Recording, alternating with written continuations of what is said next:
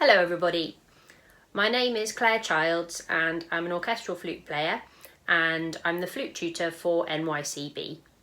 So today I'm going to do a short video about how to make your practice even more productive.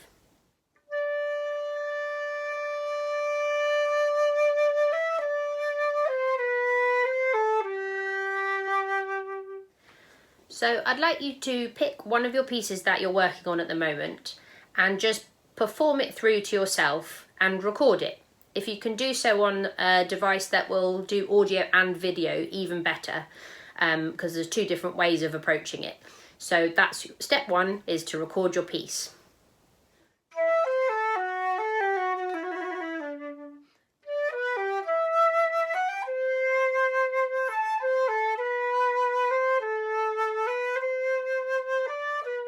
Now you have recorded your piece, I'd like you to not look at the video side of it, but just put it on audio, put it on a speaker or with your headphones and get yourself a notepad and a pencil.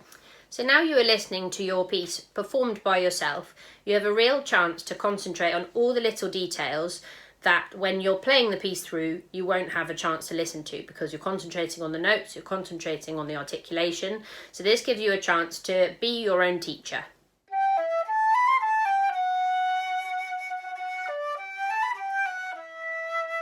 Step one. This is an obvious one. We're going to look at notes and rhythms first of all.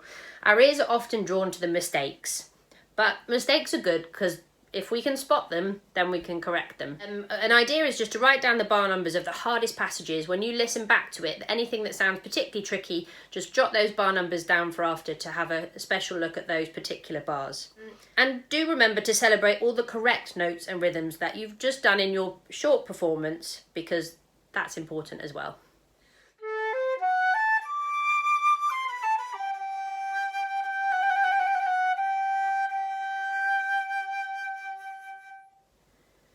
Next up, we have dynamics.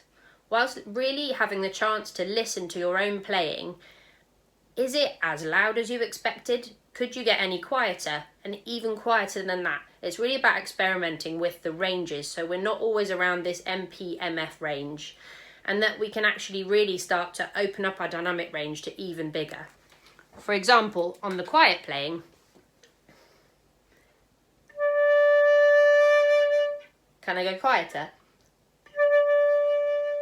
Can I go quieter? And when it starts to completely disappear, you really know that you're at your quietest level. Staying with dynamics just for another moment, on the flute particularly, it can be quite a challenge to sometimes play those huge loud dynamics at the bottom of the flute, as well as trying to play very quietly and delicately at the very top of the flute.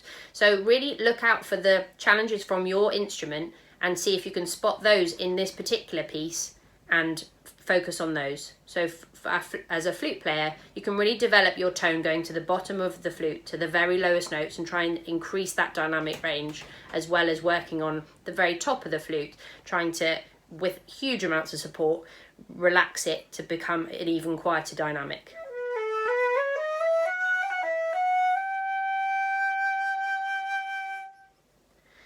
The next thing to look at in your piece is the articulation. Just to give yourself some time to have a look at your part and just check you are doing the exact articulation that's marked and whether it's really coming across. Could that staccato passage be any shorter? Could that slurred passage be any smoother? And just look at it from an articulation point of view specifically. One important thing to do in your practice is to play in tune. It might not seem like it matters so much when you're not playing in your usual ensembles at school or with a piano player or anything like that when you're being accompanied. However, if you play your instrument in tune, you're going to get the best out of it and it's going to sound the best. So just make sure that either with your piano at home or with your tuner that you are just practicing in tune. I think that's really important. Next, have a little listen to the actual tone quality of your performance. Whether there's a tricky range on your particular instrument where the tone quality is not quite as good, you can then focus on that and do some tone exercises on that particular range. Really have a listen to different tone colours if you're getting across the sound that you want if it's a very vibrant piece, whether that's coming across in the sound or whether you're playing it a bit too delicately. So just have a think about sound and tone colours and how you can contrast them to enhance your performance.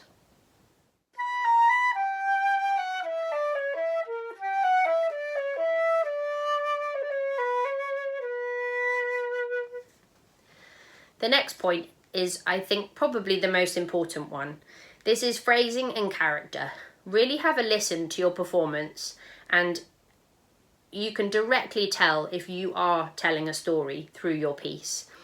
If it just sounds like you're playing the notes through, have a think about what you're trying to get out by your piece, what story you're trying to tell. Write some descriptive words that you think about when you hear this piece, and really try and get into storytelling, and that will massively enhance your performance.